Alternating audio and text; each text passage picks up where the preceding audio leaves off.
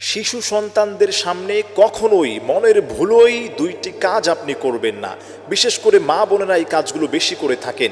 এক নম্বর কাজ হলো, মা বোনেরা শিশু সন্তানদের সামনে অনেকেই না বুঝে কাপড় আপনারা চেঞ্জ করেন।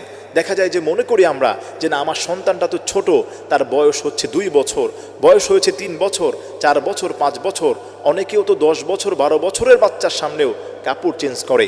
খবরদার, আপনি মার্কেট থেকে এসেছেন, বাইরে থেকে এসেছেন, অথবা আপনি মার্কেটে যাচ্ছেন, বাইরে যাচ্ছেন, শিশু সন্তানের সামনে কখনোই আপনি কাপড় চেঞ্জ করবেন না। তার কারণ হলো, বর্তমান মেডিকেল সায়েন্স বলছে একটু শিশু সন্তান যদি 3 বছর 4 বছর হয়ে যায়, তখনও সে তার মেমোরিতে আঁচ করতে পারে তার সামনে কি হচ্ছে, কি ঘটছে।